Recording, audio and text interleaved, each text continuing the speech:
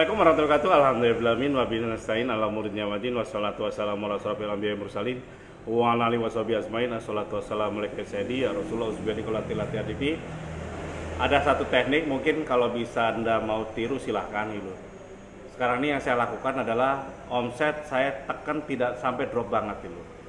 Tapi yang drop adalah profitnya gitu. Dan ini ternyata dilakukan oleh berbagai orang cara berbagai ini. Jadi jangan sampai omset kita itu drop terlalu jauh gitu. Jadi contoh anggaplah sekarang 100 atau 1 M gitu. Paling saya dropnya kecil gitu, hanya 20%, 20-30% gitu. Pertahankan seperti itu. Caranya gimana? Ada satu teknik gitu. Tekniknya profitnya yang di-cut gitu. Jadi sekarang ini, terus yang kedua, saya turun sendiri sekarang ini untuk nego-nego yang kecil sekalipun gitu. Jadi saya nggak ada malu. Ketiga, saya lakukan manuver, bukan hanya ngerjakan untuk restoran atau hotel, saya ngerjakan untuk villa dan rumah-rumah mewah gitu. Karena mereka masih punya uang gitu. Karena kalau saya masuk ke restoran, masuk ke hotel tuh nggak ada uang lagi di situ. Yang ada uang apa? Di masyarakat. Jadi saya kejar pekerjaan-pekerjaan. Kayak contoh kemarin saya dapat kabinet kan lumayan gitu.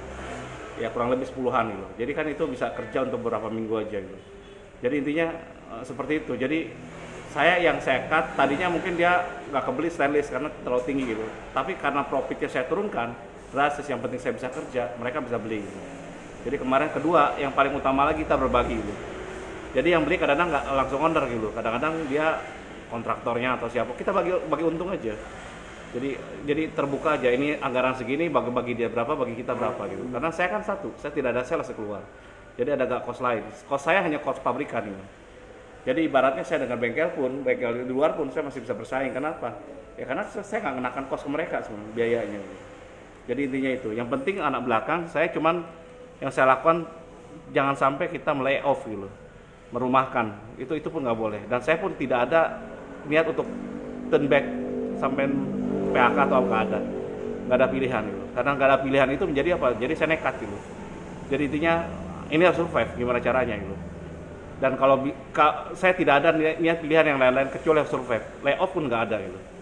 Jadi meskipun nanti saat dikurangi ini pun pendapatannya, tapi nanti dibalikan pada saat udah mencapai titik amannya. Anggaplah titik aman 8 bulan atau 10 bulan gitu. Kalau 60% 10 bulan udah terpenuhi, berarti saya normal lagi gitu ke mereka semua. Itu yang saya janjikan. Jadi kita sekarang ini malah nabung gitu, kalau bisa gitu. Jadi sedikit-sedikit nabung untuk gaji bulan depannya lagi. Jadi supaya kita gak kesulitan. Saya kemarin mampir ke beberapa teman, itu udah mulai tutup gitu. Banyak yang tutup, udah nggak ada kerjaan segala macam-macam. Nah, yang paling utama lagi saya mau optimalkan apa yang saya punya sekarang ini. Kelebihan kita, SWOT marketing saya terapkan gitu. Mana kelebihan saya? Kelebihan saya di jalan utama gitu. Kedua, saya nggak ada sales segala macam-macam. Orang kebanyakan datang gitu. Ketiga, saya langsung ke reseller. Jadi saya cari mitra, orang saya jadiin reseller siapapun itu. Orang hotel, kayak orang apa yang ngerti kalau ada proyek boleh ke saya gitu. Itu yang saya lakukan. Dan ternyata itu berhasil sob. Yang keempat, saya ngerjain pekerjaan-pekerjaan yang cash flow-nya, uangnya ada gitu. Jadi bukan nunggu dari bank atau nunggu dari mana, proyek nggak ada. Jadi kalau uangnya udah siap, boleh kerjasama dengan saya gitu. Jadi kalau uang ownernya nggak siap, ya ngapain gitu. Atau dia hotelnya jalan dulu baru dapat uang, nggak mau saya, nggak ada urusan.